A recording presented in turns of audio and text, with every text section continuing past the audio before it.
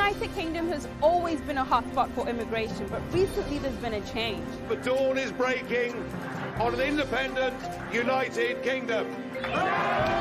Immigration was one of the key factors driving debate around the UK's referendum on the European Union, with opponents complaining that EU right to freedom of movement had caused an influx of migrants in the UK. I've been calling today in my remarks for a fair immigration policy. The UK joined what would eventually become the European Union in 1973, and EU citizens gradually migrated to the UK over the coming decades. But it wasn't until the EU8, the Czech Republic, Estonia, Hungary, Latvia, Lithuania, Poland, Slovakia and Slovenia joined the EU in 2004 that those numbers exceeded 100,000 per year. Bulgaria and Romania's entry in 2007 provided an additional boost. But those numbers peaked at 269,000 in 2015, the year before the referendum. In 2016, that trend reversed. The number of EU immigrants coming to the UK dropped off, despite still having the right to live and work there. At the same time, non-EU immigrants began to increase. Before, the pound made UK wages less valuable relative to European wages. Economist Jonathan Portes researches the changing relationship between the UK and EU.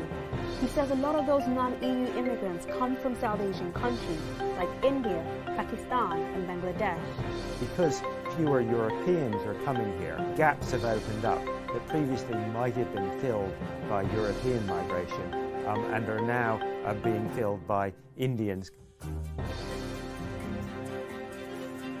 Just look at 2018. More people from South Asia migrated to the UK than from the EU8. For some industries, these changes have been, but for other business owners, Brexit has really hit them where it hurts. So let's go and meet one of them.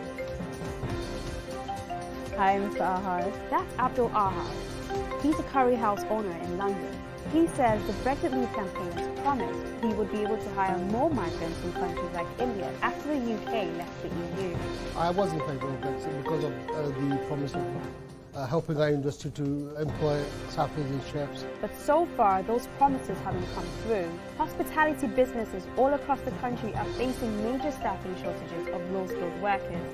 It's estimated that there will be a recruitment gap of more than 1 million workers by 2029.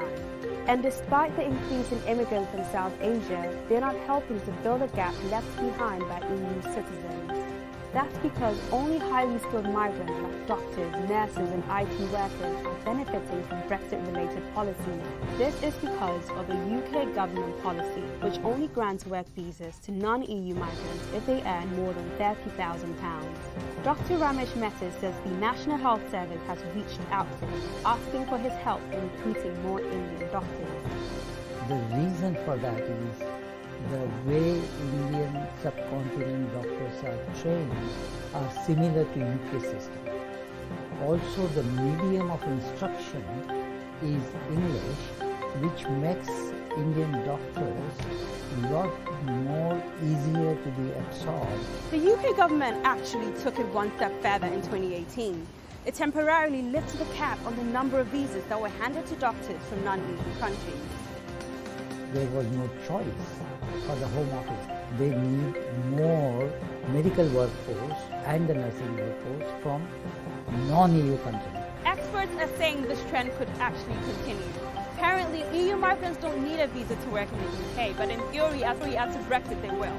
Which means that EU and non-EU migrants will be on the same level playing field. The UK government says it will scrap an immigration system that favours nationality and will create one based on skills. So now, highly skilled workers from around the world will be favoured over lower skilled migrants, regardless of nationality. And while that helps fill some big recruitment gaps in the UK, that doesn't solve the problem being faced by Abdul Ahad and others as they prepare for Brexit. We have a lot of time and money invested into our businesses and we want to make it better and we want to plan for the future. Thank you so much for watching my first video. Comment below if Brexit has affected you and don't forget to subscribe. Bye for now.